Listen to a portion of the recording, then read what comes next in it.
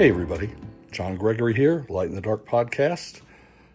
Project today, I'm having to redo my plumbing or my water supply board, and I'm going to extend the water lines down the back of the sink so I can have more faucets and more, instead of having these long hoses going from the end of the sink. This is going to work a lot better. To start out, I had these valves on here before, and they're gate valves, and frankly they failed. They just won't work. What little lime I have in my water made it to where the hot water would not shut off at all. I couldn't adjust it. So I've gone to a new style.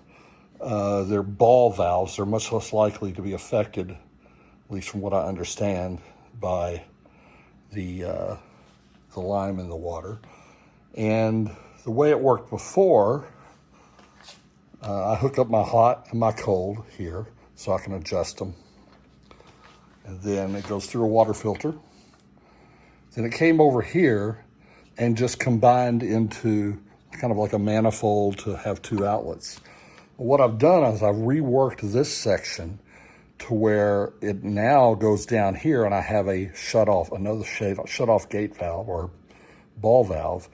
And this I can attach a hose to, and it will go over to another one on the wall above the sink. And that way I can run water down the back of the sink. But if I want to shut it off, let's say I need to do some work on the panel or redo it, someday I do want to put a proper water temperature control on the panel, which will require redoing this section right here. So what I can do is just shut this off, unhook it, and then take the panel off the wall and go do what I need to do. All right, as you can see, I've got the new board on the wall. Got its filter in place, brand new filter in there. It's all shut off right now. This is my outlet. I'm going to be using the shortest one I can find, a 4-foot laundry sink connector. Hang down here, come up, you go in right here. There's a valve there. I don't really need that valve, but it'll work.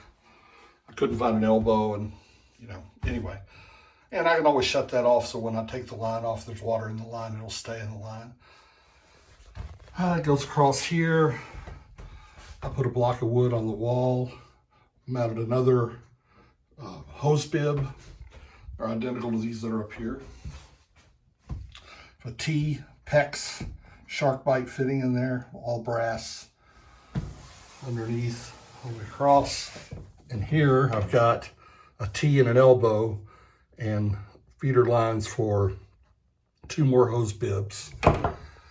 I'll be using this piece of wood here.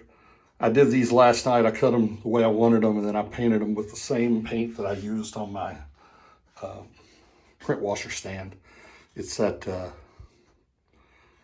what is that called? Flex Seal, liquid Flex Seal. So pretty waterproof. I don't know if it was necessary or not, but I'll be attaching that to the wall here, and I'll mount those 2 hose bibs on it.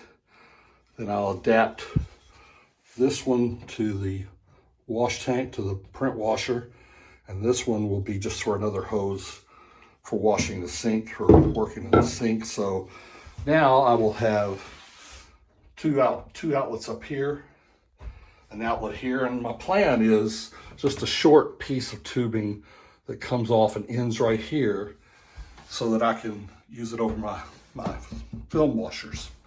So that's where I would wash film. That's all really that's for. It'll stay that way. So I got the 2 there, this one, and then 2 here. So I'll come back when it's all completed. Okay, we're all put together now. Pretty happy with it. Little aggravated that I couldn't get those backer boards on there perfectly straight. Makes my OCD tingle, but I'll survive it. This one is fine. It's a little crooked, the board is. The problem I have with it, I had to anchor it to the wall with wall anchors, and I'm not real happy with them. I may pull those out and get some toggle anchors to put behind there, and maybe some Gorilla Glue or something to fasten it to the wall. It's just a lot loose. So, but there was no studs behind there. This one over here, there's a stud on the right and a wall anchor on the left. You see, that's what I was talking about, just a simple hose to run my film washer. And then down here, there's a stud on the left, so that one's really solid, and then a wall anchor over here. You can see that's real solid, and then see it fire up my print washer, filling on up. I emptied it out the other day, just hadn't used it in a little while. And, I'm going to be printing tonight, so I probably ought to go on and fill it up. So that's the project. I haven't done one of these videos in a while, and just wanted to film this. And of course, I get wrapped up in it, and I keep forgetting to film each step. But the PEX is really nice. The materials are fairly inexpensive. The shark bite valves are pretty pricey. They're about 10 bucks a piece, $10 to $13 a piece. But the problem with the PEX is the tools.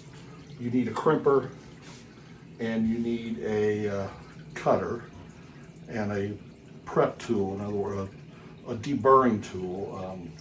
A good friend of mine has those tools, and he's a contractor, and I called him up. I said, I hate to borrow tools because it's how you make your living, but I really need this stuff, and if I damage them, I'll buy you brand new ones, because those crimpers are about $70 and the cutters are maybe $20. So, and because I'm just a nice guy, he didn't have the deburring tool, so I laid out 12 bucks for that, and I'm gonna give it to him as thanks for letting me use them, along with a bag full of these PEX clamps that you use to tighten up. So it's easy stuff to work with. I was able to completely redo my board, and so pretty happy with it. I'll let y'all know how it holds up. It does not appear to be leaking right now, which is a very good thing. And well, keep on fixing.